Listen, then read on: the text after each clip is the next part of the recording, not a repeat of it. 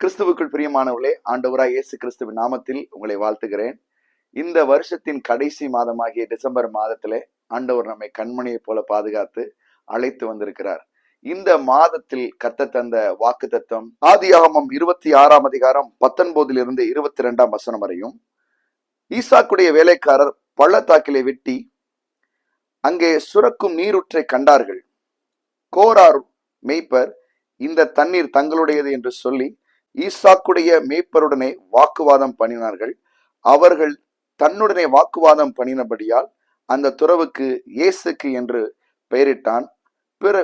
வேறொரு துறவை வெட்டினார்கள், அதை குறித்தும் வாக்குவாதம் பண்ணினார்கள். அங்கே அதற்கு சித்னா என்று பெயரிட்டான்.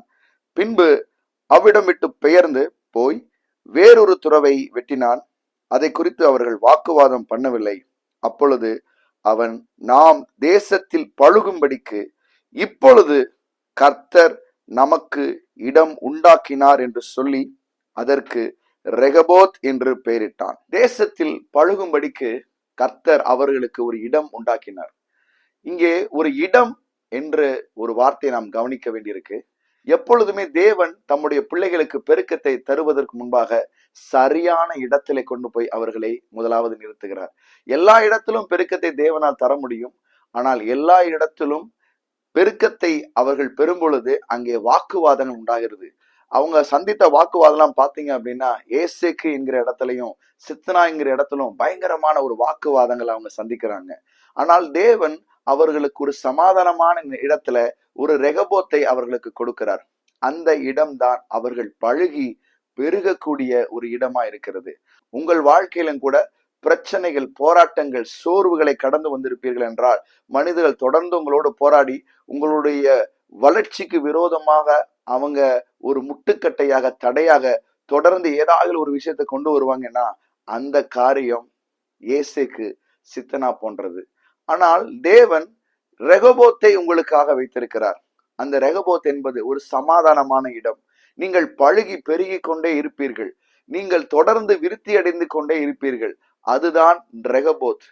இடம் சம்பந்தப்பட்ட ஒரு விஷயத்தை நம்ம கவனிக்க வேண்டியிருக்கு.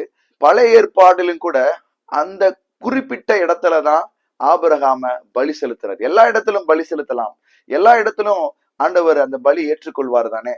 ஆனால் ஆண்டவர் சொல்லுகிறார் ஆபிரகாம் இடத்தில், நான் குறித்த மலையாகிய மோரியா என்கிற இடத்துல நான் சொன்னபடி பலியிடுன்றாரு.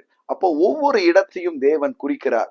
ஈசாக்குக்கு இங்க ரெகபோத்தை கொடுக்கிறாரு, ஆபிரகாமுக்கு மோரியா என்கிற ஒரு இடத்தை காண்பிக்கிறாரு, யாக்கோபுக்கு பெத்தேல் என்கிற இடத்தை காண்பிக்கிறாரு. இது பழைய ஏற்பாடு. புதிய ஏற்பாடுல சொல்றாரு ஆண்டவராய் இயேசு கிறிஸ்து, பரிசுத்த ஆவி உங்கள் மேல் வரும் வரைக்கும் நீங்கள் எருசலேமை விட்டு போகாதிருங்கள். ஏன் எல்லா இடத்திலும் போனா பரிசுத்த ஆவி கிடைக்காதா? அவர் சர்வ வியாபிதான? இல்ல, ஆண்டவர் ஒரு குறிப்பிட்ட இடத்துலதான் அவர் தம்முடைய சித்தத்தை நிறைவேற்றுகிறவராய் இருக்கிறார். உங்கள் வாழ்க்கையிலும் குறிப்பிட்ட இடத்தை உங்களுக்கு ஏற்கனவே அவர் முன் குறித்து விட்டார். அது ஏற்கனவே உங்களுக்கு ஆயத்தமாக்கப்பட்டு விட்டது.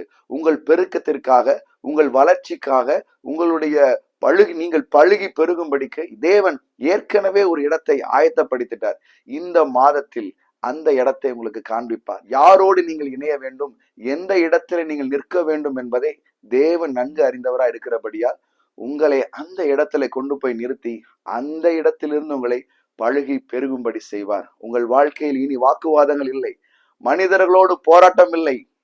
தொடர்ந்து மனிதர்கள் உங்களோடு போராடி கொண்டே இருக்கிறாங்களா? நம்ம என்ன செஞ்சாலும் மனிதர்கள் நமக்கு விரோதமா ஏதாவது செஞ்சுக்கிட்டே இருக்கிறாங்களே. பாருங்க, எனக்கு தெரிஞ்ச ஒரு சகோதரி ஒரு கடையை ரன் பண்ணிக்கிட்டு இருந்தாங்க. அவங்க வளர்ச்சியை பிடிக்காம மனுஷர்கள் என்ன பண்ணியிருக்கிறாங்க அப்படின்னா, ஒரு செய்வனை அவர்களுக்கு விரோதமாக வச்சுட்டாங்க. அந்த செய்வனை நிமித்தம் அவங்க நல்லா பண்ணிக்கிட்டு இருந்த பிசினஸ் எப்படி நொடிஞ்சு போனதுனே தெரியல, எப்படி கீழே வந்ததுனே தெரியல. தொடர்ச்சியான கடன், வட்டிக்கு மேல வட்டி. அவங்களால அடுத்த நிலைமையை யோசித்து பார்க்கவே முடியல. பாருங்க, அவங்களால இந்த கடனை விட்டு எப்படி வெளியே வரணும்னு தெரியல. ஏன்னா அவங்க மேல அப்படிப்பட்ட ஒரு விட்ச் கிராஃப்ட், அதாவது செய்வினை சம்பந்தப்பட்ட, ஆவிக்குரிய சம்பந்தப்பட்ட தாக்குதல் அவர்கள் மேல் தொடுக்கப்பட்டது. பாருங்க, இதெல்லாம் எங்க இருந்து வந்திருக்கு அப்படின்னா மனுஷர்களிடத்துல இருந்து வந்திருக்கு. ஆண்டவர் அவர்களுக்கு ஒரு சரியான இடத்தை காண்பித்தார். அந்த இடத்தை நாங்கள் அவர்களுக்கு சொல்லும் பொழுது அந்த இடத்திலிருந்து அவர்கள் பெருக ஆரம்பிக்கிறார்கள். அவர்கள் வாழ்க்கையில் மறுபடியுமாய் வருமானங்கள் அதிகரிக்க ஆரம்பிக்கிறது. இப்படிதான் பிரியமானவர்களே, நம்முடைய வாழ்க்கையிலும் நாம் பெருகும்படிக்கு, நாம் பழுகும்படிக்கு தேவன் நமக்கு ஒரு சிறந்த இடத்தை ஏற்கனவே ஆயத்தப்படுத்தியிருக்கிறார். உங்கள் வாழ்க்கையில் இந்த மாதம் ரெகபோத்தின் மாதமா இருக்கும். இனி வாக்குவாதம் இல்லாத, போராட்டம் இல்லாத ஒரு சமாதானமான உங்க வாழ்க்கையை கர்த்தர் உங்களுக்கு தருகிறவரா இருக்கிறார். ஜனங்கள் சமாதானமான தாபரங்களிலும் நிலையான வாசஸ்தலங்களிலும் அமைதி தங்கும் இடத்தில் குடியிருக்கும். அந்த இடம் ரொம்ப முக்கியம். இந்த மாதத்தை ரெகபோத் என்று அழையுங்கள். டிசம்பர் மாதம் ரெகபோத், பழுகி பெருகும்படிக்கு தேவன் ஒரு இடத்தை உங்களுக்கு உண்டாக்கி விட்டார். ஸ்தோத்திரத்தோடு புதிய வருஷத்தில் நுழைவதற்கு ஆயத்தமா இருங்கள். வருகிற வருஷங்கள் உங்கள் வாழ்க்கையில் நன்மையும் ஆசீர்வாதத்தையும் பொழிந்தருளக்கூடிய வருஷங்களா இருக்கும் என்று சொல்லி இயேசு கிறிஸ்துவின் நாமத்தில் ஆசீர்வதிக்கிறேன். God bless you.